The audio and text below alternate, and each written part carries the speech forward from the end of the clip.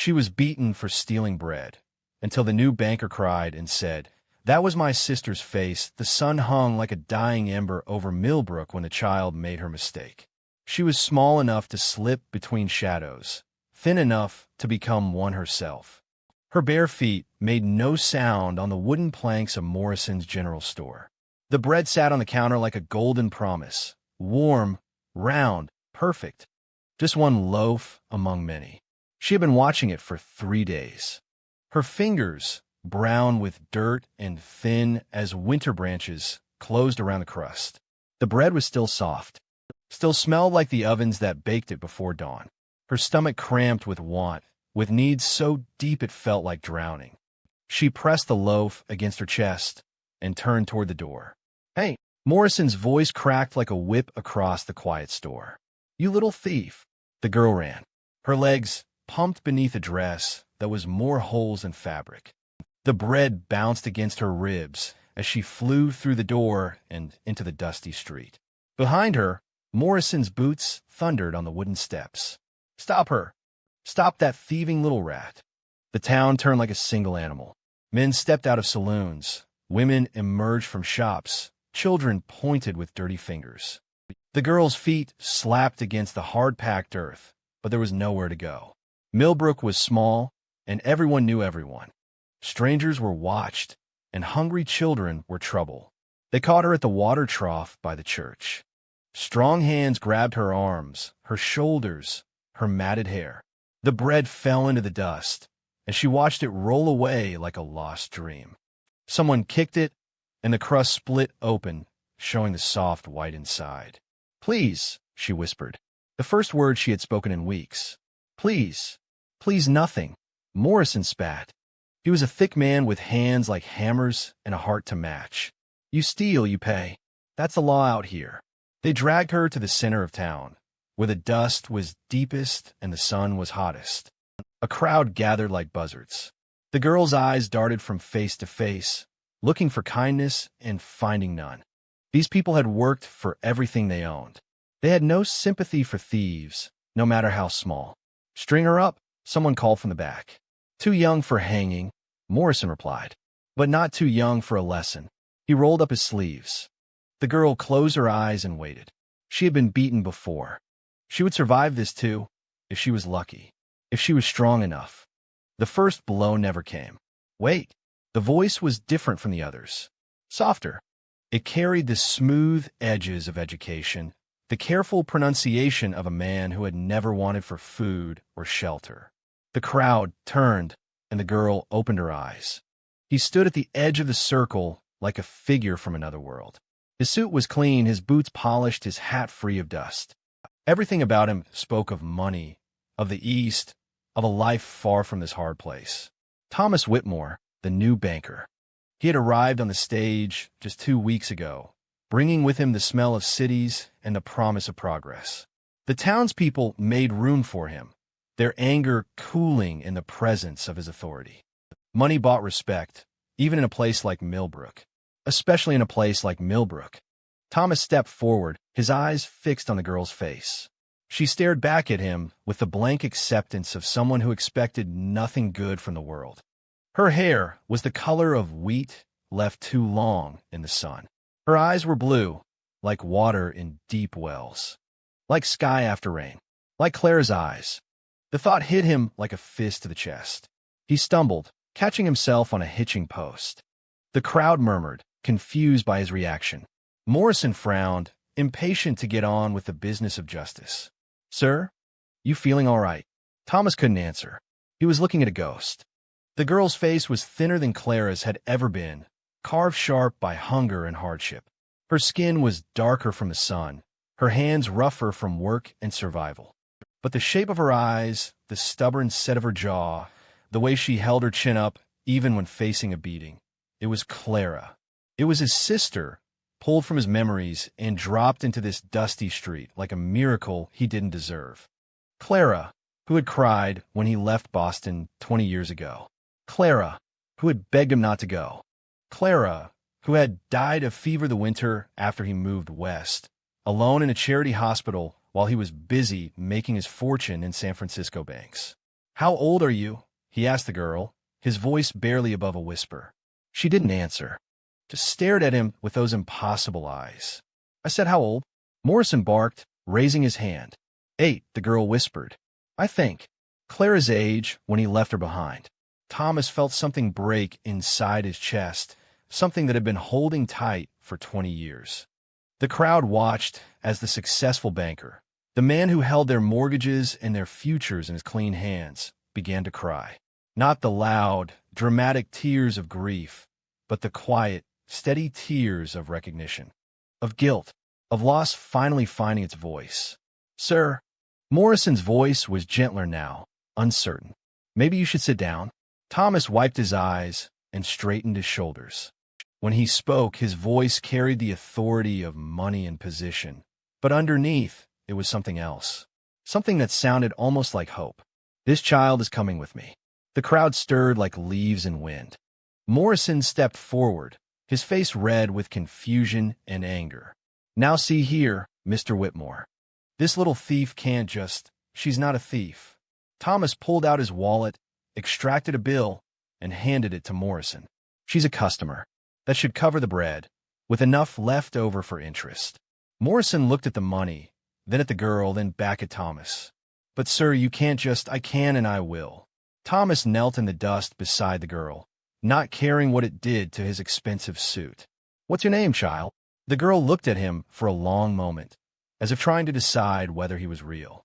Finally, in a voice soft as falling dust, she answered, "Mercy."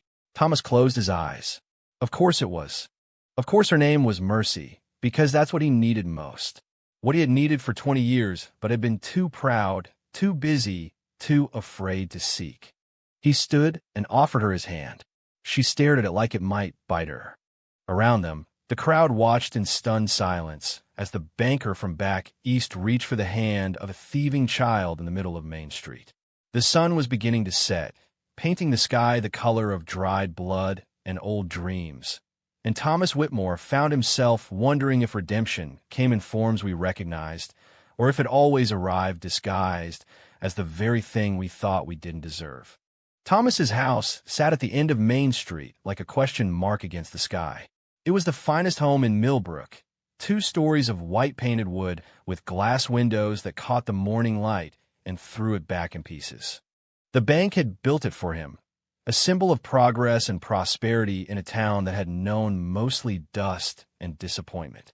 He had never brought another person inside. Mercy stood on his porch like a wild animal ready to bolt. Her bare feet left small prints of dirt on the clean boards. Thomas fumbled with his keys, his hands shaking in a way that had nothing to do with the evening chill. Behind them, the town watched through windows and doorways, their eyes full of questions he couldn't answer. "Come in," he said, opening the door. His voice sounded strange to his own ears and used to kindness.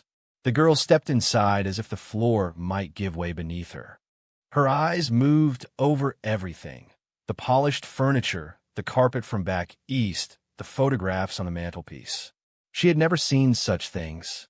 Thomas realized he was seeing them too, for the first time, through eyes that knew hunger. How empty it all looked. How cold. "Are you hungry?" he asked, then felt foolish. Of course, she was hungry. She had stolen bread. But the question hung in the air between them like smoke. Mercy nodded once, quickly, as if admitting hunger was dangerous. The kitchen was at the back of the house, spotless and barely used. Thomas paid Mrs. Henderson to keep it clean and to leave him cold meals twice a week. He ate most of his dinners at the hotel, alone at a corner table, reading newspapers from San Francisco and Boston, cities where people knew his name, where his money meant something more than survival. He opened the icebox and stared at its contents. Ham, cheese, milk that was still fresh, bread, good bread, soft bread, bread that had never been stolen or kicked into dust. His throat closed at the sight of it. "Sit," he said, pulling out a chair at the small kitchen table. Mercy perched on the edge of the seat like a bird ready for flight. Thomas cut thick slices of ham and cheese, buttered the bread with hands that remembered different work. 20 years ago, he had made meals like this for Clara. Simple food, shared in the silence of grief after their parents died of the fever that took so many that terrible winter. He had been 17 then. Clara was 8, old enough to work, young enough to still believe her big brother would take care of everything. We'll make everything right. I had a sister once, Thomas said, setting the plate in front of Mercy. She looked like you. The girl's hands froze halfway to the food. She studied his face with those blue eyes that cut through him like knives. What happened to her? Mercy's voice was barely a whisper. Thomas sat down across from her, his own plate untouched. I left her behind. The words came out harder than he meant them to. Mercy flinched, and he saw her calculate the distance to the door. Always thinking of escape. Always ready to run. Eat, he said more gently. Please. She ate like someone who expected the food to disappear. Quick, desperate bites that she barely chewed.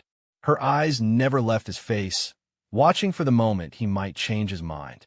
Might remember that she was a thief, a burden, a mistake. Thomas poured milk into a glass and set it beside her plate. She drank it in 3 long swallows, then wiped her mouth with the back of her hand. A mustache of white remained on her upper lip, and for a moment she looked so much like Clara that Thomas had to close his eyes. Clara, who had trusted him completely, who had believed him when he said he would send for her once he made his fortune in California, who had waved goodbye from the train station with tears on her cheeks and hope in her heart. Clara, who had written him letters he was too busy to answer properly, who had died alone while he was counting money in a San Francisco bank, thinking himself successful, thinking himself free. Where did you come from? Thomas asked when Mercy finished eating. The girl wiped her hands on her torn dress. Everywhere. Nowhere. Your family. Dead. The word came out flat, without emotion. She had said it many times before. How long have you been alone? Mercy shrugged. Always. Thomas felt something twist in his chest. This child had never known what it meant to be protected, to be loved, to trust that someone would keep you safe and fed and warm. She was Clara, but Clara if no one had ever cared. Clara if he had abandoned her even sooner. You can sleep here tonight, he said. There's a room upstairs. Mercy's eyes went wide with suspicion. What do you want? The question hit him like a physical blow. What did he want? He had money, position, respect. He had everything a man was supposed to want. But looking at this child, remembering his sister's face, he realized what he had really been searching for all these empty years. Nothing, he said. I want nothing from you. It was the truth, but she didn't believe it. Trust was a luxury she couldn't afford. She followed him upstairs anyway, because the alternative was sleeping in the street. Because hunger made choices for you when pride couldn't. The spare room was small but clean. A bed with white sheets. A window that looked out over the town. A wash basin with clean water. Mercy stood in the doorway, as if crossing the threshold would trap her. The door doesn't lock, Thomas said, understanding. You can leave whenever you want. She nodded but still didn't enter. Thomas found a nightgown in the wardrobe, something left by the previous occupant of the house, a banker's wife who had fled back east after 6 months of frontier life. It would be too big for Mercy, but it was clean. I'll leave this here, he said, laying the nightgown on the bed. There's water for washing. Are you? Do you need anything else? Mercy shook her head, still watching him, still waiting for the trap to spring. Thomas backed toward the door. I'll be downstairs if you need anything. Sleep well. He closed the door and stood in the hallway, listening to the silence. This house had been quiet for 2 years, but it had never felt so full of ghosts. Clara's ghost. The ghost of a boy he had been before ambition hardened his heart. The ghost of all the choices that had led him to this moment, standing outside a door behind which a hungry child was learning, perhaps for the first time, what safety felt like. Downstairs, Thomas sat in his parlor and stared at the photographs on the mantelpiece. His parents, stiff and formal in their Sunday clothes. Himself at graduation from business school, young and certain that success was the only thing that mattered. No pictures of Clara. He had left those behind when he came west, along with everything else that might slow him down. Outside, the wind picked up, rattling the windows and stirring the dust in the empty street. Tomorrow, the town would have questions.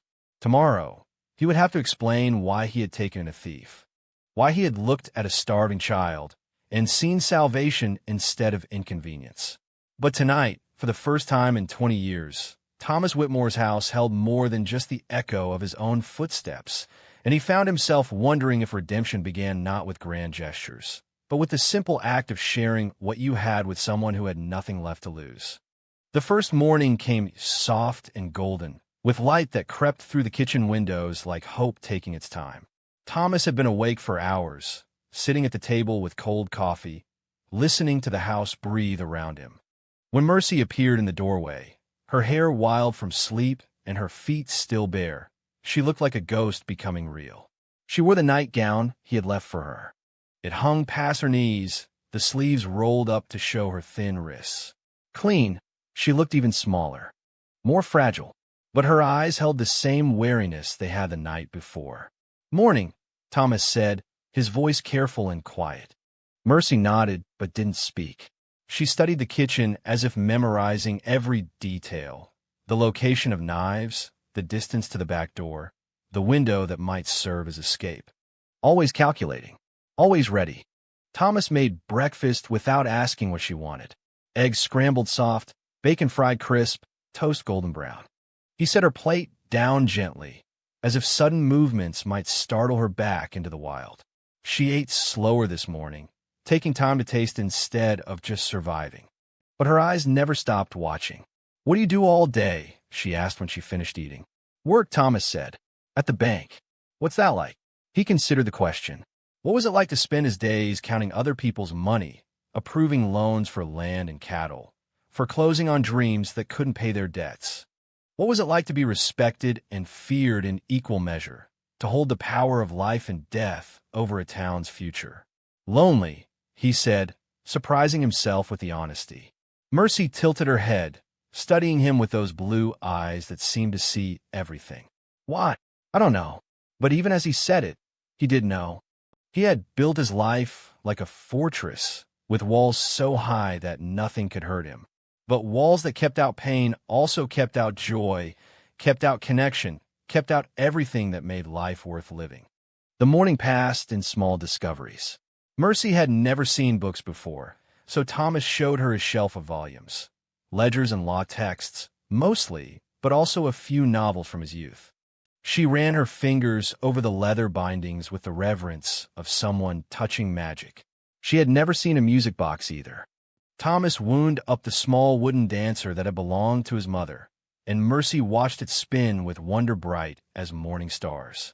The tinkling melody filled the parlor, and for a moment the house felt alive.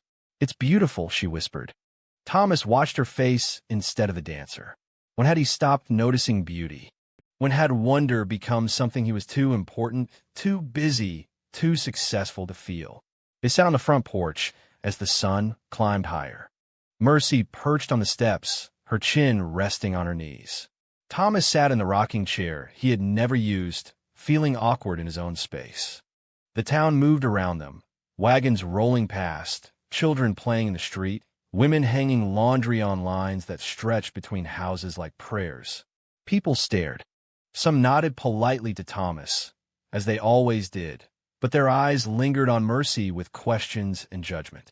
She was still the thief from yesterday, still the problem that good people whispered about behind closed doors.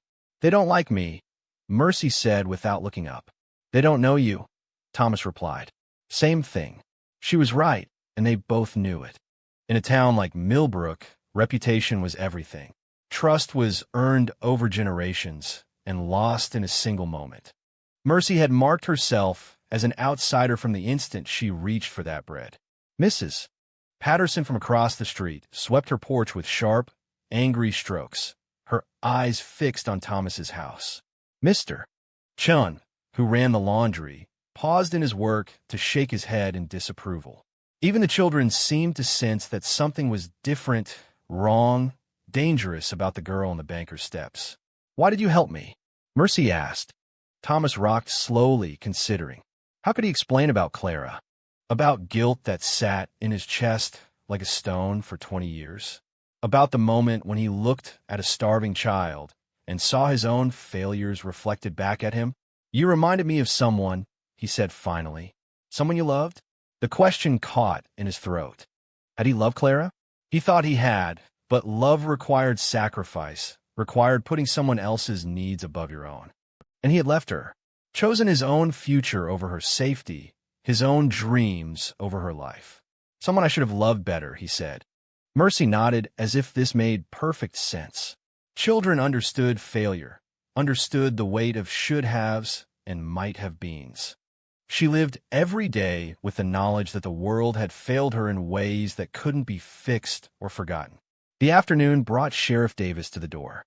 He was a good man, steady and fair, but he carried the weight of the town's concerns on his shoulders. Thomas invited him in, but Davis preferred to stay on the porch, his hat in his hands and worry in his eyes. "Thomas," he said, "we need to talk." Mercy made herself small in the corner of the porch, trying to disappear. She had learned to read the danger in adult voices, the tone that meant trouble was coming. "People are talking," Davis continued, "asking questions about the girl, about your intentions." "My intentions are to give a hungry child food and shelter," Thomas said. His voice carried the authority of money, but underneath it was something else, something that sounded like protection. "I understand that. And it's Christian of you. It truly is. But folks are worried. They don't know her, don't know where she came from. And after what happened with the Jameson place last month," Thomas remembered. Drifters had robbed the Jameson ranch, taking what little the family had and burning the rest. Mrs. Jameson had been hurt badly, and the children had nightmares for weeks after. The town's trust in strangers had died that night, along with their sense of safety. "She's not a drifter," Thomas said. "She's a child who steals," Davis replied gently. "Look, I'm not saying she's bad, but people are scared, and scared people do stupid things. I'm asking you to be careful, for her sake as much as yours." After Davis left, the porch felt colder despite the afternoon sun. Mercy had retreated further into herself, her arms wrapped around her knees like armor. She understood what the sheriff's visit meant. She was a problem that needed solving. "I should go," she said quietly. "Where would you go?" She shrugged. "Everywhere. Nowhere." The same answer she had given before, the answer of someone who had never had a home to lose. Thomas looked at this child who had appeared in his life like a question he didn't know how to answer. She had given him something precious in these few days, the memory of what it felt like to care about another person's well-being more than his own comfort. She had shown him the beauty in small things, the wonder in ordinary moments, the possibility that his empty house might become something more than a monument to his own success. But the town was watching. The town was judging. And the town held power over both of them in ways that money couldn't buy or fix. "Stay," he said, the word coming out stronger than he felt. "Please stay." Mercy looked at him with those eyes that had seen too much, hoped too little, trusted not at all. But something in his voice, some note of desperate sincerity, seemed to reach her. "Okay," she whispered. For now, the sun was setting, painting the sky the color of old roses and faded dreams. Tomorrow would bring new challenges, new whispers, new tests of their fragile arrangement. But tonight, Thomas Whitmore sat on his porch with a child who had taught him to see beauty again, and wondered if love was less about deserving happiness than about being brave enough to fight for it when it finally, unexpectedly, arrived. The knock came at dawn on the fourth day, hard and urgent against Thomas's front door. He had been awake already, sitting in the kitchen with Mercy, watching her eat toast cut into small triangles the way Clara used to like it. The sound made them both freeze, bread halfway to their mouths, eyes meeting across the table in shared understanding that good news never came knocking so early. Thomas opened the door to find Morrison standing there with 3 other men behind him. Their faces were set like stone, their hands resting easy on their gun belts. Behind them, more townspeople gathered in the street, women with their arms crossed, men with their jaws tight, children peering around their mothers' skirts. "Morning, Thomas," Morrison said, but there was no greeting in his voice. "We need to talk about the girl." "What about her?" Thomas kept his voice steady, but his heart was beating like a trapped bird. "Jameson's been robbed again. Last night, someone took food from his cellar, blankets from his barn. His wife saw a small figure running away in the moonlight. Thomas felt the world tilt beneath his feet. That doesn't mean it was her. Morrison cut him off. We know it was her. Thieves don't change, Thomas. You should know that by now. From behind him, Thomas heard the soft scrape of a chair. Mercy appeared at his elbow, still wearing the nightgown, but with her dress clutched in her hands. She looked smaller than ever, fragile as bird bones, but her chin was raised and her eyes were clear. I didn't steal anything, she said quietly. Morrison's laugh was harsh as winter wind. Of course you'd say that. What thief admits to stealing? She's been with me, Thomas said. All night. Every night since. You're a sound sleeper, Thomas. Everyone knows that. Easy enough for a little rat to slip out and back without you knowing. The crowd murmured agreement. Thomas could see in their faces they had already decided. They needed someone to blame for their fear, their anger, their sense that the world was changing in ways they couldn't control. Mercy was convenient. She was already marked as other, as dangerous, as someone who didn't belong. Even if she did take those things, Thomas said, food and blankets aren't worth. It's not about what she took. Morrison stepped closer, and Thomas could smell tobacco and anger on his breath. It's about what she represents. You let one thief go unpunished, soon you got 10. You let strangers take what they want, soon there's nothing left for decent folks. Thomas looked past Morrison to the faces in the street. These were his neighbors, his customers, people whose mortgages he held and whose futures he helped secure. They trusted him with their money, their business, their respect. But trust was a fragile thing, earned slowly and lost quickly. What do you want? He asked. Send her away, Morrison said. Today. Let her find some other town to trouble. Thomas felt Mercy's hand slip into his. Her fingers were cold and small, but they held on tight. She wasn't looking at the crowd anymore. She was looking at him, waiting to see what choice he would make, waiting to learn if she had been right all along, to trust no one, to expect nothing, to keep herself ready to run. He thought about Clara then, about the choice he had made 20 years ago when he put his own future above her safety, his own dreams above her life. He had told himself it was practical, necessary, the smart thing to do. He had been young, ambitious, unwilling to be held back by the weight of someone else's need. Clara had died alone because of that choice, died believing her brother would come back for her, died waiting for letters that came too late and too seldom, died without ever knowing that success meant nothing if you had no one to share it with. No, Thomas said. The word hung in the morning air like smoke.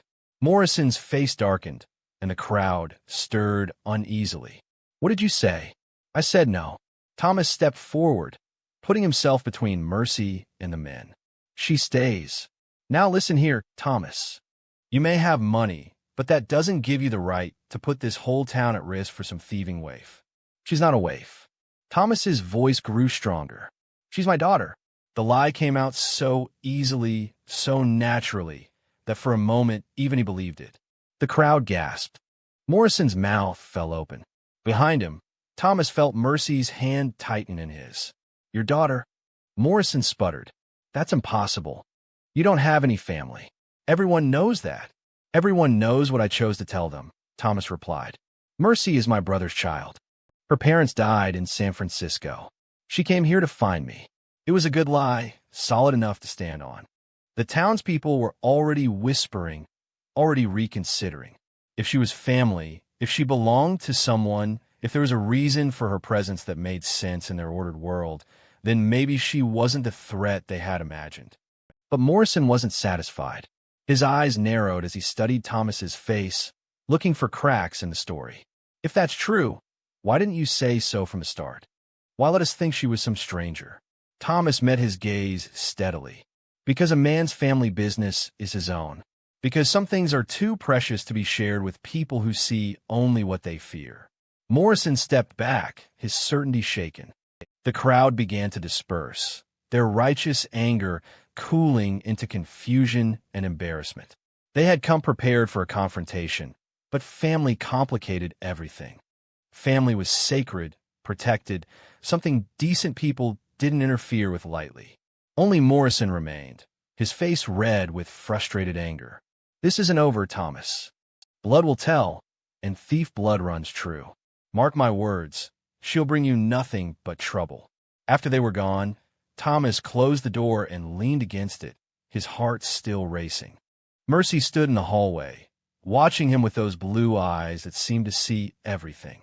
"I'm not your daughter," she said quietly. "No," Thomas agreed. "You're not.